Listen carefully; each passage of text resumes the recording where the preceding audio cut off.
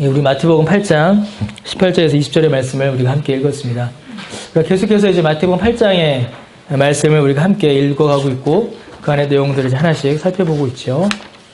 우리가 지난주까지 예수님께서 나병 환자, 백부장, 그리고 또 베드로의 장모에게 베푸신 은혜의 내용들을 우리가 하나씩 살펴봤습니다. 이 세 가지의 기록은 예수님께서 행하신 기적의 전부가 아니라 주님께서 행하셨던 수많은 기적들 중에 가장 대표적인 것, 세 가지다라고 지난주에 말씀을 드렸죠. 그래서 이 세 가지는 그저 일어난 역사적 사건일 뿐만이 아니라 그것이 우리에게 교훈하는 바, 주의 말씀의 뜻, 의미, 교훈의 내용이 크다라는 걸 우리가 지난주까지 살펴봤습니다. 나병 환자, 백부장, 베드로의 장모 이 세 사람은 육체적으로 또 신분적으로 또 율법 앞에 또 사회적 지위로 낮고 천하며 비참한 지경에 있던 자들이었습니다. 유대 공동체에서 쫓겨난 자요, 유대인들이 이방인이라 하여 멀리하였던 자이며 이제는 죽음을 앞두고 무기력하게 죽음을 기다릴 수밖에 없는 아무것도 할 수 없는 할머니인 이 세 사람이었죠. 세상의 관점으로 봤을 때, 일반적인 관점으로 봤을 때는 무엇 하나 유익할 것이 없고 율법의 관점으로 봐서도 무엇 하나 자격이 있을 만한 사람들이 아니었습니다. 그러나 주님께서는 이들을 찾아가셨습니다. 자격 없고 능력 없고 할 수 없는 가능성이 전혀 없어 보이지만 주님께서는 이들을 찾아가셔서 그들에게 은혜를 베푸시고 그들을 구원하여 주셨습니다. 이들은 주님이 정말로 필요한 사람들이었습니다. 여러분은 예수님에게 필요한 사람이 되고 싶으세요? 아니면 예수님을 필요로 하는 사람이 되고 싶으세요? 세상의 많은 사람들은 세상의 관점으로 봤을 때는 필요로 하는 사람이 되는 게 좋죠. 교회가 여러분을 필요로 하고 세상이 여러분을 필요로 하고 여러분의 직장에서 여러분을 필요로 하는 사람이 되는 게 좋을 것입니다. 여러분의 사회생활에서는 그것이 유익할 수 있어요. 그러나 복음에서는 예수님과의 관계에서는 그렇지가 않습니다. 우리는 예수님께서 우리를 필요로 하시는 존재가 될 수 없습니다. 왜냐하면 예수님은 스스로 완전하시기 때문이죠. 그런데 우리는 자꾸 예수님이 우리를 필요로 하시는 존재가 되려고 합니다. 제가 있어야 예수님께 도움이 되죠. 내가 있어야 예수님 복음사에게 좀 유익이 되죠. 그러나 그렇지 않습니다. 우리는 예수님께서 우리를 필요로 하는 존재가 되는 것은 우리랑 상관없는 일이고 우리는 예수님을 필요로 하는 존재가 되어야 합니다. 우리에게는 예수님이 필요합니다. 이 세 사람에게는 예수님이 필요하였고 예수님을 필요로 하는 이 세 사람에게 주님께서 가셔서 그들에게 은혜를 베풀어 주셨습니다. 오늘 우리가 읽은 본문에 등장하는 사람은 서기관입니다. 이 서기관은 앞에 등장했던 세 사람과는 많은 면에 있어서 차이를 가지는 사람입니다. 여러 가지 조건으로 또 외적으로 봤을 때 많은 차이가 있었죠. 근데 이 서기관에 대해서 우리가 좀 살펴보기 전에 먼저 우리 18절의 말씀을 좀 살펴보도록 하겠습니다.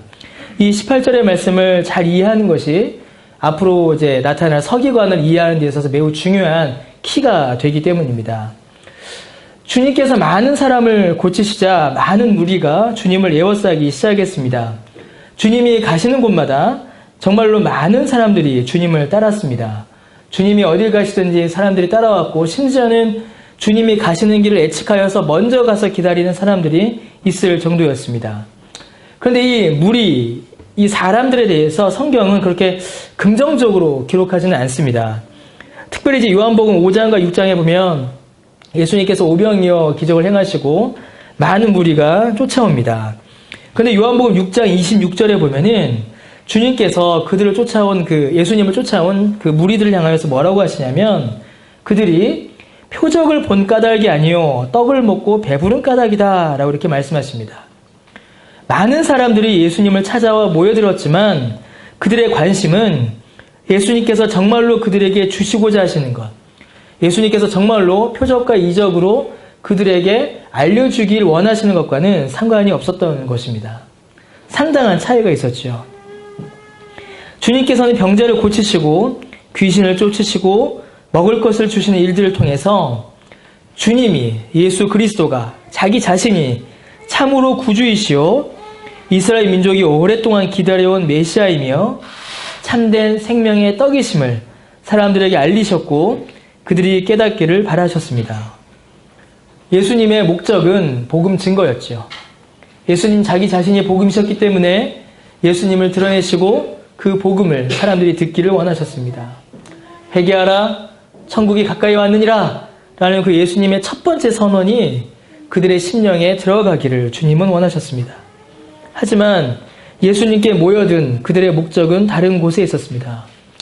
어떤 사람들은 그들의 배를 채우는 일에, 어떤 사람들은 육체의 질병을 치료하는 일에, 또 어떤 사람들은 예수님을 통하여서 이 땅 위에 나라를 세워 권세를 누리기 위해, 로마의 압제 가운데 있는데 이제는 이 유다 땅이 독립하여 강력한 왕국, 다윗 왕국과 같은 강력한 왕국을 회복하는 그 일을 위해 예수님께서 정말로 원하시는 목적과는 상관없이 저마다의 이유를 가지고, 저마다의 목적을 가지고 주님께 모여든 것입니다. 주님은 많은 사람들이 모여왔지만 그 자리를 피하시고 건너편으로 가기를 명하십니다. 주님이 원하시는 바와 그들이 소원하는 바가 달랐기 때문이죠. 그런데 여러분, 이 모습은 일반적인 세상의 이치, 사람들의 생각과는 상당히 다른 모습입니다. 우리는 일반적으로 생각할 때에 많은 사람들이 자신의 편이 되어주고 자신을 좋아해주며 인기와 영향력을 가지게 되는 것을 좋아하고 기뻐합니다. 많은 사람이 나와 함께하고 내 뜻에 동의하고 내 말에 따라줄 때에, 그리고 자기 자신을 높여줄 때에 그것을 싫어하고 피할 사람은 많지 않습니다. 그것이 힘이요, 그것이 권력이요, 그것이 자기의 능력이 되기 때문이죠. 그래서 투표를 하죠. 국회의원 선거가 이제 다가오는데, 그래서 선거를 하고 투표를 합니다.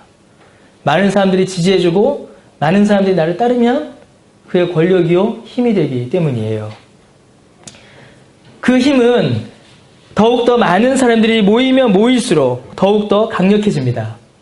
그래서 세상은 어떻게 해서든지 자신의 편을 늘리고 자기를 지지하는, 따르는, 그 지지하고 따르는 사람들을 더 많이 모으려고 애씁니다.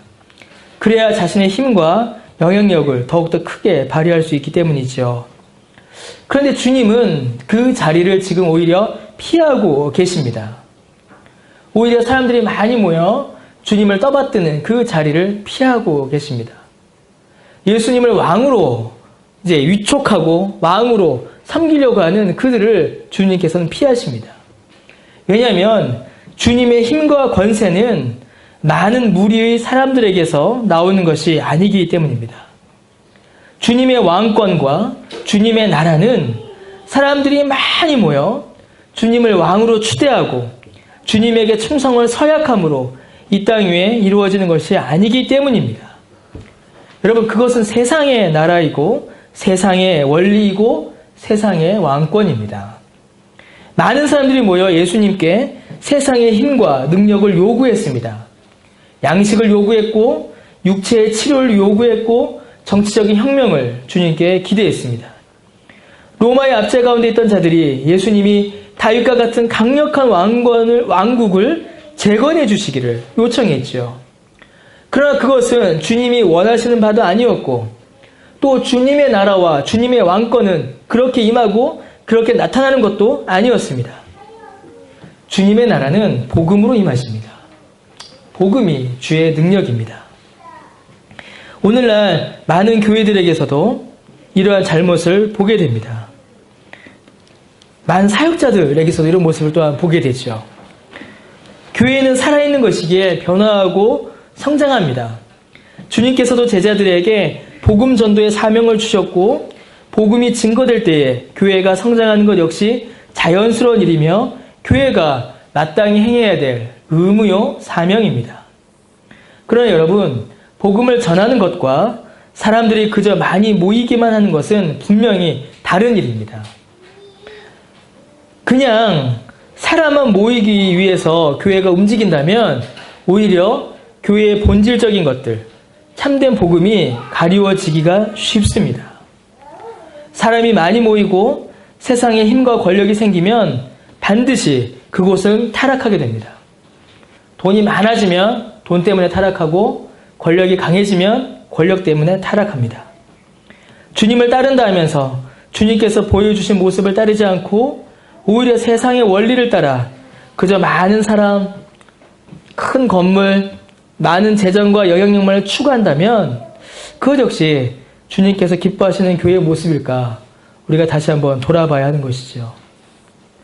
오히려 주의 복음을 말한다 하면서 세상과 같은 모습을 추구하는 것은 아닌가? 우리가 우리 자신을 돌아봐야 합니다. 눈에 보이지는 않지만 복음을 전하시는 예수님, 복음을 믿기를 원하시는 예수님과 자신들이 원하는 것을 예수님을 통하여서 가지려는 그 사람들 사이에 팽팽한 긴장이 지금 이 안에 있는 것이죠. 복음서에는 이 긴장이 계속 나타납니다.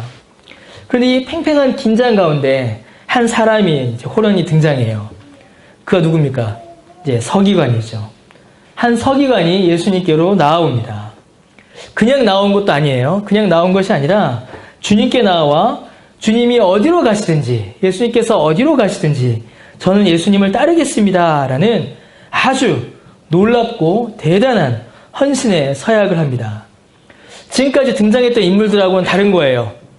지금까지 등장했던 인물들이 별 볼 일 없고 초라하고 무기력했던 자라면은 지금 등장한 이 서기관은 매우 뛰어난 사람입니다. 예수님을 따랐던 그 많은 무리들하고도 좀 다른 거예요. 무리들이 그저 그냥 우우 몰려다녔지만 서기관은 일반인들과는 구별되는 성직자입니다. 아주 놀라운 사람이 나타난 것이죠. 이 서기관이 등장합니다. 이 서기관이 등장하여서 저는 예수님을 언제든지 따르겠습니다. 어디든지 따르겠습니다. 라는 아주 놀랍고 대단한 헌신의 서약을 하죠. 이 서기관과 우리가 지난주까지 살펴봤던 그 전반부의 세 사람을 비교해 볼 수 있습니다. 뚜렷한 세 가지의 차이점이 나타납니다. 첫 번째 차이점은 신분을 비롯한 외적인 상태가 아주 다릅니다. 이 서기관의 직업은 말 그대로 이제 서기관이죠. 이 서기관이라는 직업은 정말 대단한 사람들이었습니다. 오늘날로 이야기하면 뭐라고 할까요? 신학자와 비슷한 거라고 할까요? 신학자보다 훨씬 더 영향력은 좀 많았죠. 이들은 율법에 정통한 사람들이었습니다. 그 누구보다 구약 성경에 대한 이해가 뛰어났고 이를 바탕으로 일반인들에게 율법의 의미와 교훈을 가르치는 일을 감당했던 자들이 바로 이 서기관입니다. 이 서기관들의 상당수가 바리새인이었죠. 바리새인 중에 서기관들이 많았습니다. 이제 바리새인이자 서기관 이런 식이 많았어요. 그럼 바리새인 이러면 어떻습니까, 여러분? 우리 잘 알다시피 율법을 너무나도 잘 지키는 사람들이죠. 외적인 경건, 사회적 영향력들이 아주 뛰어난 사람들이었습니다. 당연히 그 당시 유대 사회에서 많은 존경을 받았고 그에 따른 상당한 영향력을 발휘한 자들이 바로 이 서기관들이었습니다. 지식, 성경에 대한 지식, 그 누구에 비교해도 모자라지 않을 만큼 뛰어났고 경건, 금식, 11조 어느 누구보다 잘했고 사회적 영향력들 어느 누구보다 모자라지 않을 만큼 강했던 사람들이 바로 이 서기관들이었습니다. 그런데 이 서기관이 지금 예수님께 나온 것이에요. 그런데 그것도 그냥 나온 것이 아니라 예수님께서 가시는 곳이라면 예수님이 어딜 가시든 내가 따라가겠습니다 라는 헌신의 서약으로 주 앞에 나온 것입니다. 이것은 여러분 매우 크고 중요한 사건이에요. 그 당시에 사람들이 이 사건을 목격했을 때 상당한 충격을 받았을 것입니다. 아니 저 서기관이? 아니 저렇게 뛰어난 사람이? 아니 저렇게 유명한 사람이 예수님께 나오고 예수님을 따르겠다고? 이런 반응이 나올 수밖에 없는 자들이었지요. 어떻게 보면 여러분 하나님의 아들이자 참된 메시아요 하나님의 나라를 이루실 그 예수님의 제자로서 예수님의 사역에 이 사람만큼 어울리는 조건을 가진 사람은 없었을지도 모릅니다. 신학적인 지식을 갖추었고 율법에 열심히 있으며 경건한 삶을 살고 사회적인 영향력까지 모든 조건을 두루 갖춘 자였죠. 유명한 사람 한 사람이 그렇게 영향력 있는 한 사람이 예수님을 따른다라고 하면은 그 사람으로 인한 파급력이 얼마나 컸겠습니까? 율법에 정통한 사람이 예수님께 가서 율법을 배운다. 그럼 이 영향력이 얼마나 컸겠어요? 여러분, 이 서기관에 비하면 앞에 세 사람은 정말 자격 없는 사람들입니다. 그들은 이방인이요, 경건한 유대 공동체에서 쫓겨난 자요, 아무것도 할 수 없는 자였습니다. 이 서기관은 앞에 등장했던 세 사람과는 전혀 다른 사람인 것이에요. 나병한 자처럼 부정한 자가 되어 유대 공동체에서 쫓겨난 사람도 아니고 오히려 그 유대 공동체의 영적인 리더입니다.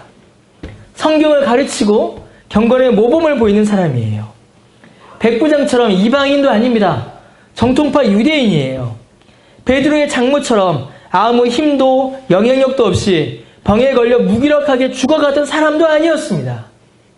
부정하지도 않은 정결한 자요, 유대인이요, 지식이 많은 정말 대단한 사람이 예수님께 나와 헌신을 약속하고 있는 것입니다.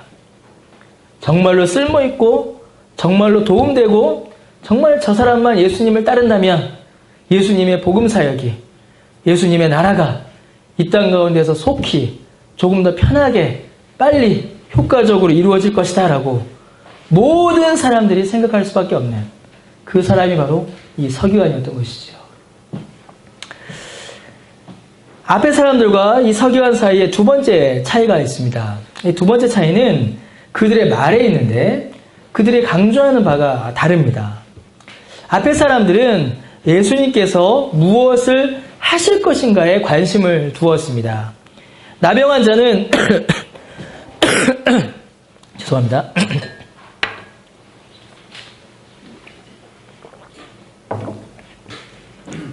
예, 다들 감기들 조심하시기 바라요. 나병 환자는 주님께 주님, 주여 원하시면 저를 깨끗하게 하실 수 있습니다 라고 말했죠. 백부장은 오지 마십시오. 우리 집까지 왜 굳이 가십니까? 말씀으로만 하소서. 그러면 내 종이 낫겠습니다 라고 말했습니다.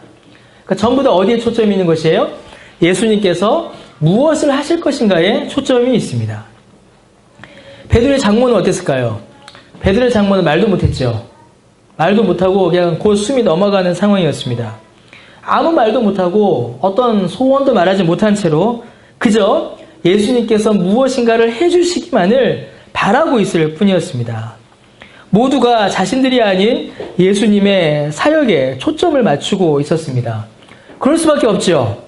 왜냐하면 그들은 아무것도 할 수 있는 게 없었기 때문입니다. 그들이 할 수 있는 게 아무것도 없었으니까 당연히 예수님께서 무엇을 하실 것인가에 그들의 모든 관심과 신경을 집중할 수밖에 없었습니다. 그런데 이 서기관은 달라요. 이 서기관은 예수님께서 무엇을 하실 수 있으신가, 예수님께서 무엇을 행하실 것인가에 초점을 맞추지 않습니다. 이 사람의 주된 관심은 예수님이 무엇을 하시는가가 아니라 내가 무엇을 할 것인가에 초점을 맞추고 있습니다. 이 서기관은 예수님께서 무슨 일을 행하실 것이며 자신이 예수님께 무엇을 기대하고 무엇을 바라는지 말하지 않습니다. 예수님 이거 해주세요. 예수님 이거 해주세요. 이거 주세요. 그런 말조차 하지 않아요.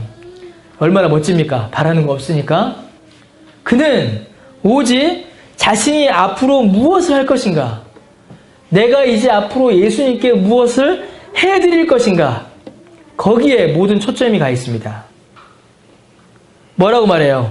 주님, 선생님, 어딜 가시든지 내가 따르겠습니다. 내 영향력으로, 내 지식으로, 내 혈통으로, 내 능력으로 당신을 따르겠습니다. 어딜 가든지 내가 도와드리고 어딜 가든지 내가 당신 옆에서 당신의 힘이 되드리겠습니다. 그렇게 말하고 있는 것입니다. 예수님, 저를 좀 고쳐주세요. 예수님, 제가 배가 고프니 먹을 것 좀 주세요. 예수님, 제가 곧 죽게 생겼으니 저를 좀 살려주세요가 아니라 제가 예수님의 힘이 되어드리겠습니다. 제가 하겠습니다. 거기에 초점을 맞추고 있죠. 여러분, 이 서기관은 자신만만했습니다. 자신의 능력, 자신의 의지, 자신의 지식, 자신의 결단, 자신의 영향력, 그리고 자신의 헌신의 약속들이 예수님께 도움이 될 것이며 지킬 수 있을 것이다 라고 믿었습니다. 예수님의 많은 사람들이 예수님을 따르는 걸 보니 내가 저 예수님을 돕는다면 저 예수님과 함께 큰 일을 이룰 수 있겠구나 라고 생각한 겁니다. 그런데 여러분, 이러한 태도, 이러한 자세는 이 서기관만 가진 게 아닙니다. 이런 태도와 이런 자세는 또 나타나죠. 예수님의 제자들에게도 이러한 모습이 나타났었습니다. 마태복음 26장 33절에 보면 베드로가 예수님 앞에 나와서 당당하게 이야기해요. 모든 사람이 예수님을 버려도 자신은 예수님을 결코 버리지 않겠습니다 라고 베드로가 자신만만하게 선언합니다. 이 말을 듣고 있던 제자들이 화들짝 놀라죠. 아니, 지가 뭔데 저만 잘났다고, 나는 베드로보다 못한 게 뭔데, 그러면서 앞다투어 예수님께 헌신을 맹세합니다. 옆에 있던 제자들은 이제 한 발 더 나아가요. 베드로는 따라간다고 했죠? 아닙니다. 우리는 주와 함께 죽겠습니다. 이렇게 얘기합니다. 우리가 주님과 함께 죽을지언정 주님을 부인하지 않겠습니다 라고 막 헌신합니다. 서약을 해요.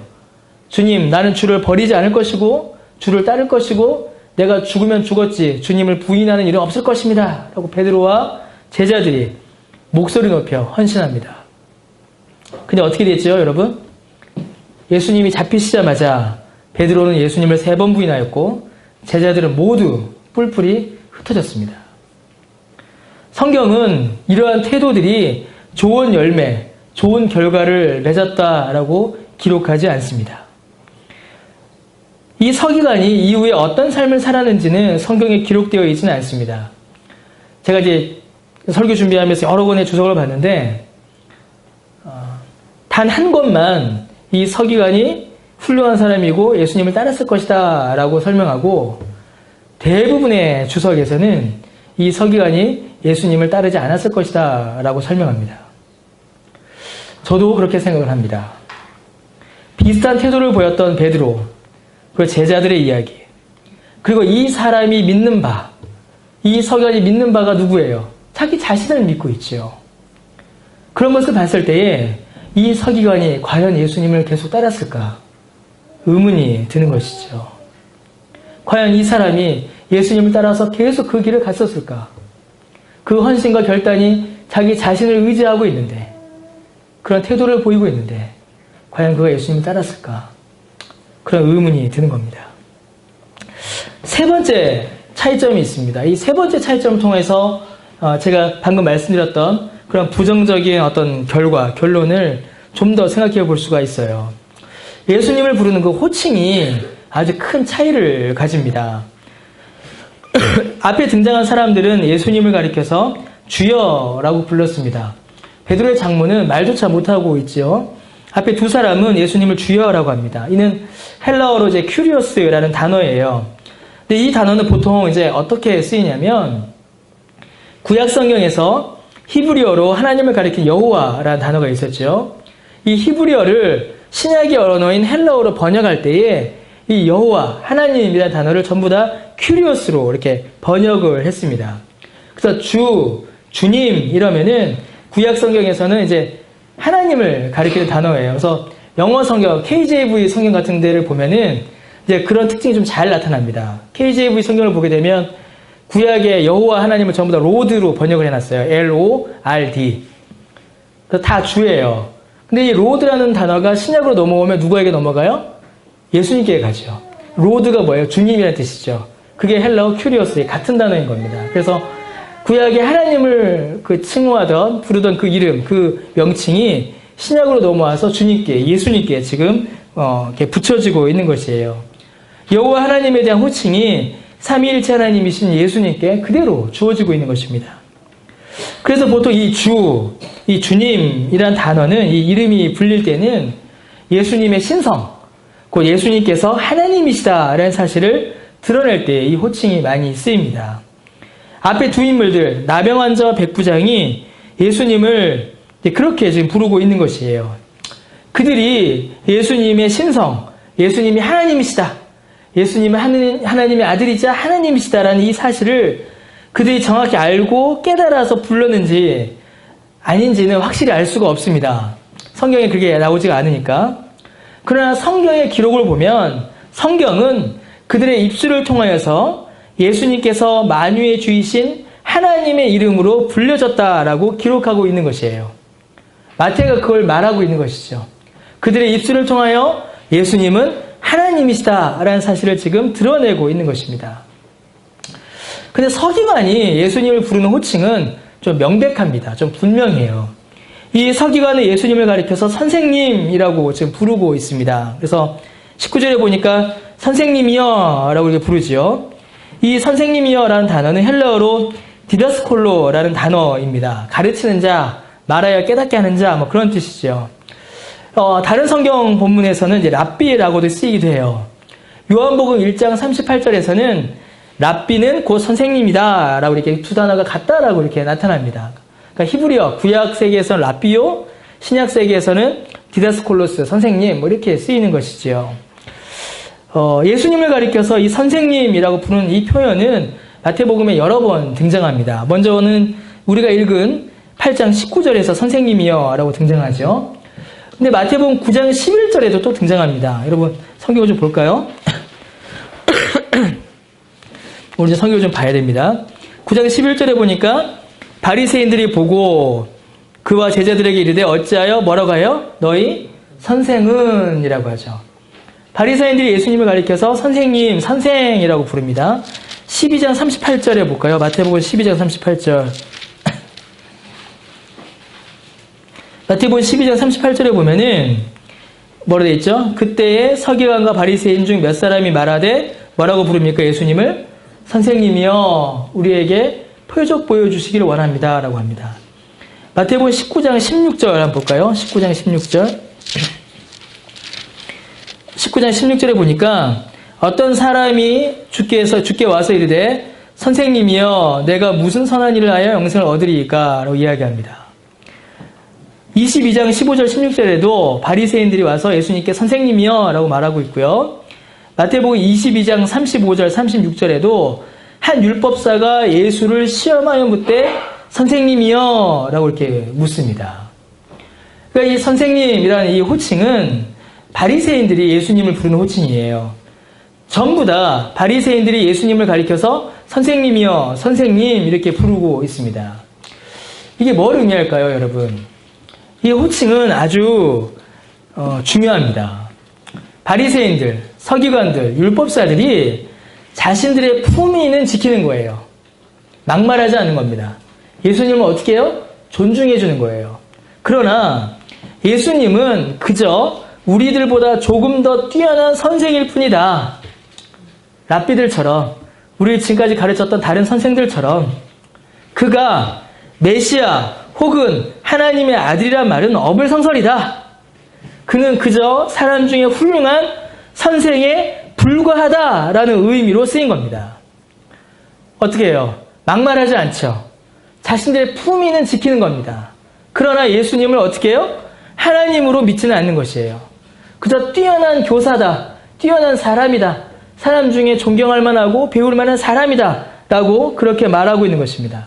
그래서 제가 좀 다 읽지 않았지만 예수님을 선생님이여 라고 불렀던 이 장면들 하나하나를 다 보게 되면 전부 다 믿음을 포기합니다. 재물을 팔지 못해서 재물 때문에 예수님 믿는 믿음을 포기한 사람이 있고, 예수님을 시험하고 예수님을 떠나갑니다. 예수님을 훌륭한 선생님으로는 보지만 그가 하나님의 아들이시오, 우리를 죄에서 구원할 생명의 주요, 구원의 메시아요, 나의 하나님으로 그렇게 보지는 않는 것입니다. 그렇게 믿고 있지는 않은 것이죠. 그들이 가지고 있는 많은 구약의 지식과 경건의 경험들에 비추어 예수님이 훌륭한 선생님이다, 존경할 만한 사람이다 라는 데까지는 인정할 수 있었지만 그 이상은 넘어가지 않고 있는 겁니다. 그래서 이 서기관이 지금 예수님께 나와 선생님이여 라고 말한 이 호칭은 결코 가볍게 볼 수 있는 호칭이 아닌 것이죠. 그가 예수님께 나와왔고 예수님께 헌신을 맹세하는 이 헌신이 다른 바리새인들과 크게 다르지 않을 것입니다. 여기서 정말로 중요한 것은 이제 앞에 사람들이 불렀던 주라는 호칭이나 이 서기관이 선생님이라는 이 호칭에 있지 않습니다. 여기서 중요한 것은 주님께서 자기 자신을 가리켜 부르시는 그 이름이 가장 중요합니다. 여기서 이제 서기관의 이해와 주님의 이해의 차이가 뚜렷하게 이제 드러나게 되죠. 주님께서는 서기관의 헌신의 서약 후에 20절에서 자기 자신을 가리켜서 뭐라고 부르세요, 여러분? 20절 한번 읽어볼까요? 시작.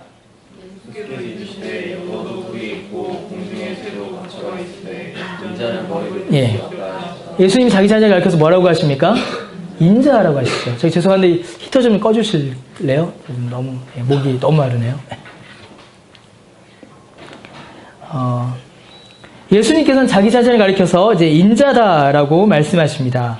그런데 그 인자는 굴이 있는 여우, 거처가 있는 공중의 새보다도 못한 머리 둘 곳조차 없는 처지다라고 이렇게 말씀하세요. 예수가 누구인가? 이 질문에 우리가 답해야 합니다. 이 질문에 서기관은 예수님은 선생이다라고 답했습니다. 그가 훌륭하고 배울만하고 많은 지식이 있고 영향력이 있지만 그는 그냥 뛰어난 사람이다라고 그쳤어요.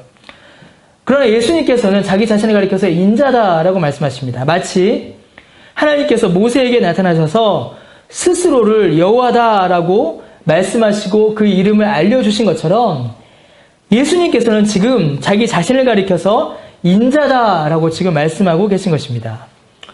여러분, 이 인자라는 표현은 매우 중요한 단어입니다. 인자, son of man이죠. 사람의 아들이라는 뜻이에요. 이 단어는 예수님께서 자기 자신을 가리켜 부르시는 예수님의 이름입니다. 특별히 신약에 기록된 이 인자라는 단어는 한 번을 빼놓고는 전부 다 예수님께서 자기 자신을 설명하실 때, 자기 자신을 부를 때 쓰시는 이름이에요. 사도행전 7장에 보면 이제 스데반이 죽을 때에 인자가 하늘에 계신 걸 봅니다. 그때 딱 한 번 다른 사람의 입을 통하여 인자가 기록되고 예수님께서는 전부 다 이 인자라는 단어가 쓰일 때 전부 다 예수님께서 예수님 자신을 가리키실 때 인자라고 하십니다. 그만큼 예수님께서는 본인을 인자라고 부르며 그 성격을 강조하신 것이에요. 신약에 나타난 이 인자라는 이름은 예수님께서 이 땅 위에서 행하신 사역들, 지상사역을 강조하는 의미로 쓰입니다. 예수님께서 인자, 곧 사람의 아들로서, 사람의 아들은 뭐죠, 여러분? 사람의 아들은 뭐예요? 사람이죠. 왜 갑자기, 예. 소의 아들은 뭐예요? 송아지잖아요. 송아지는 소죠. 그렇죠. 원래는 소의 새끼는 뭡니까? 이러다가 개의 새끼는 뭐죠? 이렇게 한번 하는데, 예. 죄송해요. 예. 오늘은 진짜 깁니다. 지난주에 깁니다고 짧았는데 오늘 진짜 길어요. 예. 자, 빨리 합시다. 오래간만에 왔는데 우리 길어서 어떡하죠? 자, 다시 돌아와서 사람의 아들로 예수님께서 오셨어요. 사람의 아들로 그가 오셨으니 그는 사람의 몸을 가지고 계시죠. 사람이십니다. 예수님께서 사람의 몸으로 이 땅에 오셔서 행하신 사역들을 강조할 때에 주님께서 내가 이 땅에서 사람으로 이 일을 했다라는 사실을 강조할 때에 예수님께서는 자기 자신을 인자라고 말씀하십니다. 여러분, 예수님께서 이 땅에서 행하신 사역이 뭘까요? 예수님의 몸으로, 사람의 몸으로. 여러분, 예수님의 성육신, 예수님께서 사람이 되신 그 사건을 가리켜서 예수님의 비하, 곧 예수님의 낮아지심의 첫 번째 사역이다라고 설명합니다. 영원히 높으신, 완전히 높으신 하나님이신 예수님께서 사람의 몸으로 낮아지신 것이에요. 즉, 예수님께서 이 땅 위에서 행하신 사역, 인자, 사람의 아들로서, 사람의 몸으로서, 사람으로, 인성으로서 행하신 사역은 고난당하시고 비참에 처하시고 십자가에 죽기까지 낮아지신 것입니다. 그래서 인자라는 이름은 예수님께서 이 땅 위에서 당하신 많은 고난과 십자가의 죽음을 가리키는 표현입니다. 낮아지신 것이죠. 그래서 오늘 말씀처럼 주님께서는 머리 둘 곳조차 없이 가난하고 가장 낮은 삶을 사신 그 예수님이신 것입니다. 그 예수님을 나타날 때의 인자라고 예수님께서는 본인을 말씀하세요. 자, 그런데 이 인자라는 단어는 신약만이 아니라 구약에서도 여러 곳에서 쓰입니다. 특별히 이 인자라는 이름이 가지는 중요한 의미는 다니엘에서 아주 자세히 등장합니다. 다니엘 7장 13절과 14절에 보면은 여러분 있죠? 제가 적어놨네요. 우리 다니엘 7장 13절과 14절 우리 같이 한번 읽어보겠습니다. 같이 한번 우리 그 주보 안에 있습니다. 다니엘 7장 13절과 14절 한번 읽어보겠습니다. 자, 시작.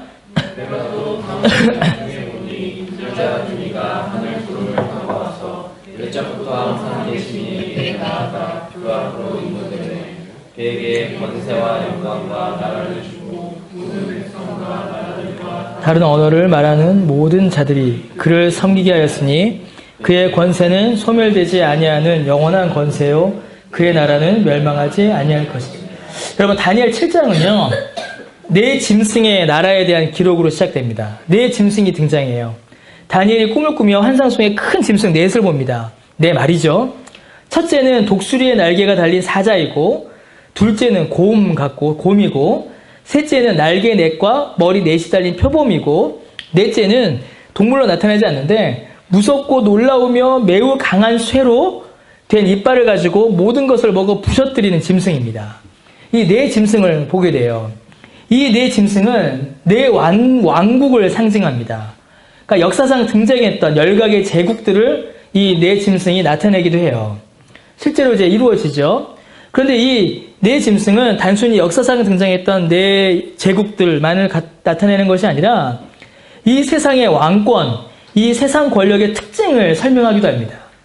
세상의 힘과 권력은 잔인하고 폭력적이며 모든 것을 부수는, 모든 것을 무너뜨리는 전쟁을 통하여서 그 힘을 이어갑니다.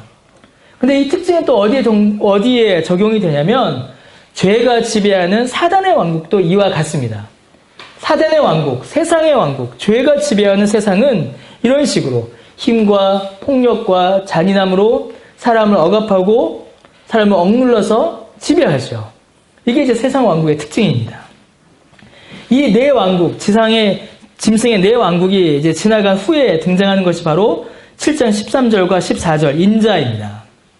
이 인자는 앞에 짐승의 왕국들을 모두 멸하고 영원한 권세와 영광으로 다스릴 멸망하지 않을 나라를 다스립니다. 왕권이에요. 이 인자는 죄의 모든 지배, 짐승들과 같았던 그 모든 포갑, 모든 힘, 권력, 능력을 다 무너뜨리고 그 압제와 고통에서 백성을 구원하며 그 백성들에게 영광 가운데 살아갈 영원한 나라를 주는 아주 강력한 왕이요 메시아입니다. 여러분, 예수님께서 말씀하신 인자와 다니엘에 지금 예언되어 있는 인자가 서로 달라요. 서로 다릅니다. 차이를 나타냅니다. 다니엘에 있는 인자는 제가 방금 말씀드렸던 것처럼 강력한 힘과 능력, 권세로 멸망하지 않을 강력한 나라를 이루는 왕입니다. 그러니까 어떻게 되겠어요, 여러분? 다니엘에 기록된 인자는 낮아진다거나 가난해진다거나 고난을 당하는 그런 일들이 어울리지 않습니다. 왜요? 강력한 왕이기 때문이에요. 강력한 왕국들을 무너뜨리고 그것보다 더 강력한 왕국을 세우는 왕이기 때문에 낮아진다거나 약해진다거나 가난해진다거나 머리 둘 곳조차 없이 산다거나 그런 것들이 그에게는 전혀 어울리지 않는 왕인 것입니다. 오히려 많은 사람들을 모으고 힘을 결집하고 뛰어난 능력으로 짐승들의 나라를 물리칠 강력한 왕국, 다윗과 같은 왕으로 그런 나라를 세울 그가 바로 다니엘에서 말한 인자요, 그가 바로 메시아인 것이죠. 이것이 여러분 이스라엘 사람들의 가지고 있었던 메시아 사상이었습니다. 다니엘에서 말하는 그 인자가 우리 가운데 메시아로 나타날 것이다. 그래서 예수님께서 기적을 행하실 때마다 사람들이 그렇게 예수님을 따라온 겁니다. 예수님이 다니엘에 기록된 인자처럼 우리 가운데 강력한 왕국을 세워줄 것이다. 왜 유대인들이 예수님을 거부했습니까? 예수님이 그런 메시아로 사역하지 않으셨기 때문이에요. 그러나 주님이 말씀하신 인자는 다니엘에서 말하고 있는 인자와는 전혀 다른 모습입니다. 어땠죠? 여우보다도 못하고 새보다도 못하여 머리 둘 곳조차 없는 가난하고 힘없는 자였습니다.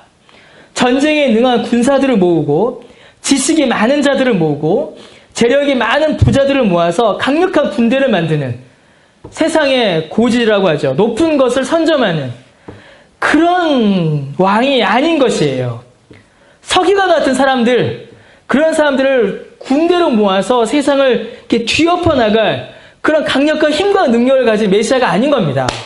예수님은 오히려 이스라엘 공동체에서 더럽다라고 쫓겨난 나병 환자, 이스라엘 회중에 끼지 못할 이방인, 힘없이 무기력하게 죽어가는 할머니, 그런 사람들을 찾아가는 인자로 예수님께서 사역을 행하신 겁니다.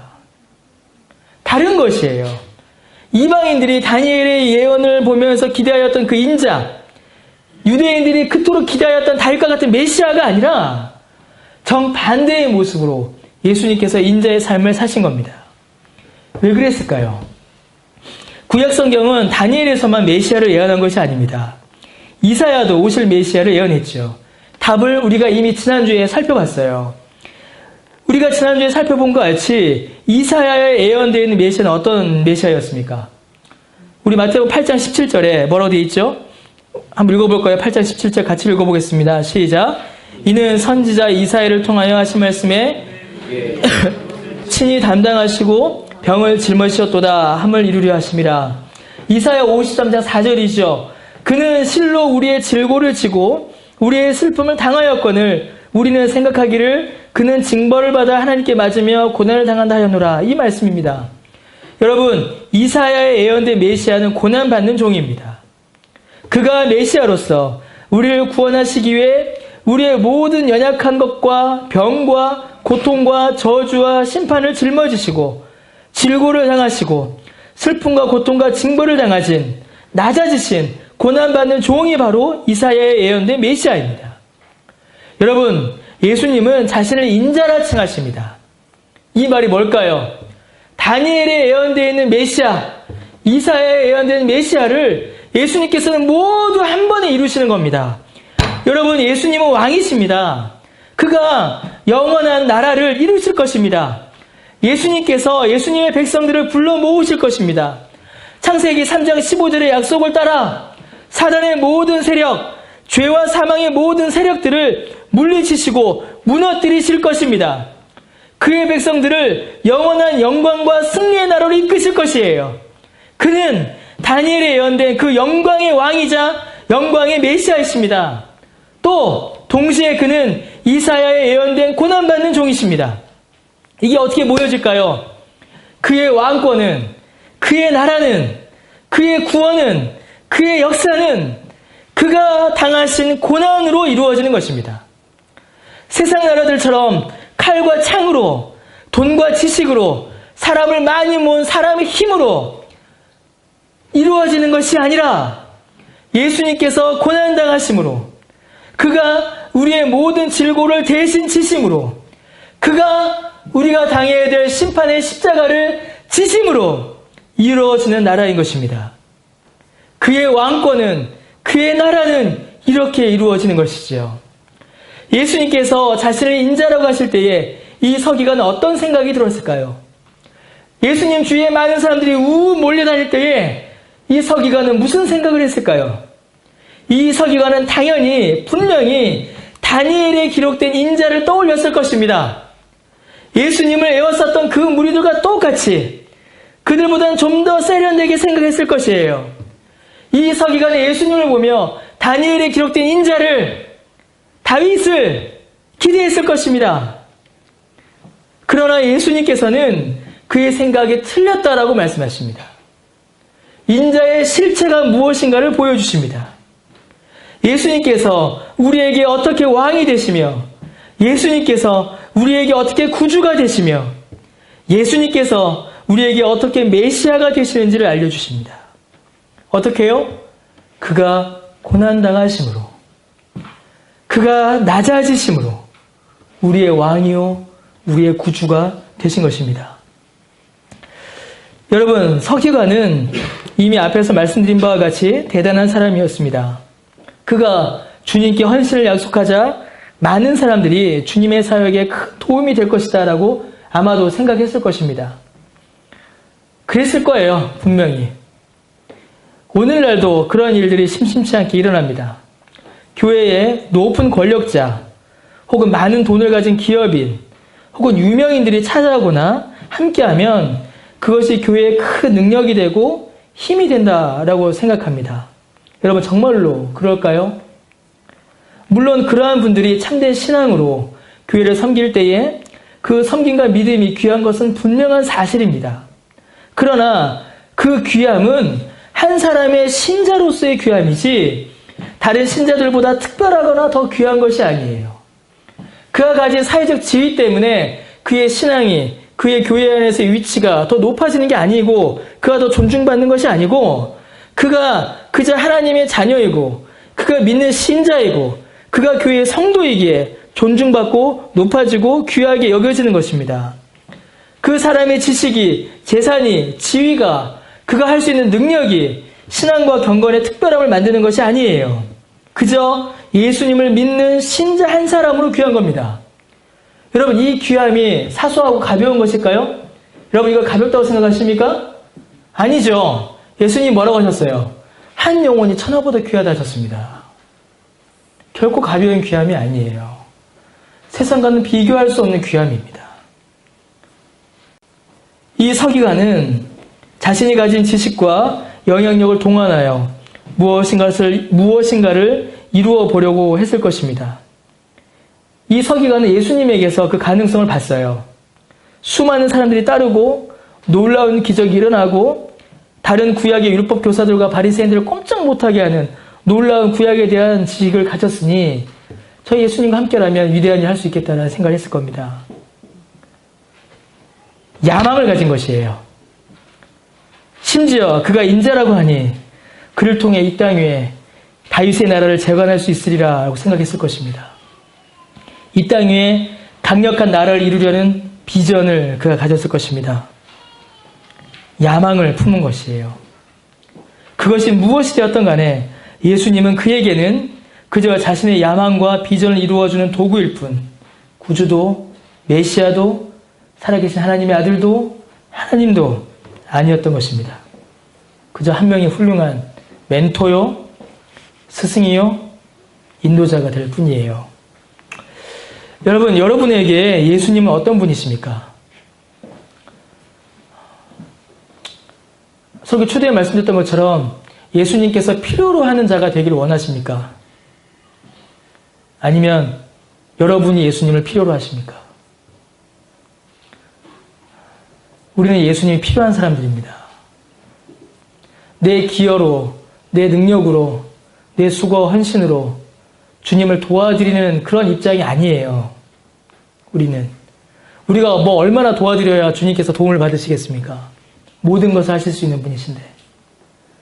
그 반대입니다. 우리는 주님이 필요한 분입니다.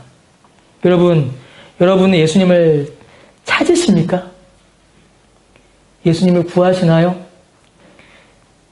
아니면 예수님을 이용합니까? 여러분이 예수님이 여러분에게 행하신 일들을 기대하며 예수님을 간구하며 예수님을 찾는 그런 분들이십니까? 아니면 예수님의 역사보다 내 업적을 더 드러내기를 원하십니까? 예수 그리스도가 이루실 영원한 하나님의 나라를 기다리는 자입니까? 아니면 많은 사람들이 모여 이루는 강력한 힘과 권세와 영향력을 발휘하는 그 사회 단체를 교회를 통하여 이루는 그 권력을 기대하고 계십니까? 여러분, 우리가 무엇을 위하여 이곳에 모여 예배를 드립니까? 여러분은 무엇을 위하여 이곳에 오셨습니까? 우리 안에 이 서기관과 같은 마음이 있지 않은지 돌아봐야 합니다. 예수님은 그저 내 야망을 이루기 위한, 내 비전을 이루기 위한 도구로, 내 욕망을 채우기 위한 도구로만 생각하고 있지 않는지 우리 자신을 돌아봐야 하는 것입니다. 여러분, 예수님이 여러분의 주인이십니까? 예수 그리스도가 여러분의 하나님이십니까? 예수 그리스도가 여러분의 구주요, 왕이요, 메시아이십니까? 여러분에게 예수님은 어떤 분이십니까? 그저 내가 원하는 것을 들어주는 램프의 요정 지인입니까? 훌륭하고 배울 게 많지만 그저 역사상 존재했던 4대 성인 중에 한 사람, 뛰어난 선생에 불과합니까? 아니면 여러분, 나를 살리시기 위해 고난당하신 왕이십니까? 여러분, 우리 모두 예수 그리스도를 구합시다. 예수님을 찾읍시다. 나병 환자와 같이, 백부장같이, 베드로의 장모와 같이 우리의 인생이 비참하여 쓰러져 가고 있다는 우리의 실체를 인정해야 합니다. 그리고 주의 은혜를 간구합시다. 주님이 아니면 우리가 살아갈 수 없다라는 그 사실을 인정하고 주의 은혜를 구하며 주 앞에 나옵시다. 주 없이 살 수 없네 라는 찬송, 찬양이 있죠. 그저 우리 귀에 듣기 좋은 찬양으로 그치지 않아야 합니다. 정말로 우리는 주 없이 살 수 없는 자들입니다. 주 없이 살 수 없는 자들이며 주 없이 구원받을 수 없는 자들이며 주 없이는 하나님의 나라에 결코 갈 수 없는 자들입니다. 여러분, 주를 찾기에 애씁시다. 주를 알기에 애쓰고 주 앞에 나와 예배하기를 힘씁시다. 다 예수 믿잖아요. 예수 믿읍시다. 정말로 예수 믿읍시다. 정말로 예수님을 찾읍시다. 정말로 예수님을 구하고 정말로 예수님이 내 생명의 주라는 사실을 믿고 그분 앞에 나를 내려놓읍시다. 그것이 여러분 우리가 살 길입니다. 그것 외에 우리에게 살 길이 없고 그것 외에 우리에게 구원과 생명을 약속한 길이 없습니다. 예수께서 우리의 구주이시오 우리의 왕이시다라는 이 사실을 믿고 주를 믿으며 주를 간구하며 주 앞에 예배하는 그런 삶을 사시는 저와 여러분 되시길 바랍니다. 기도하겠습니다.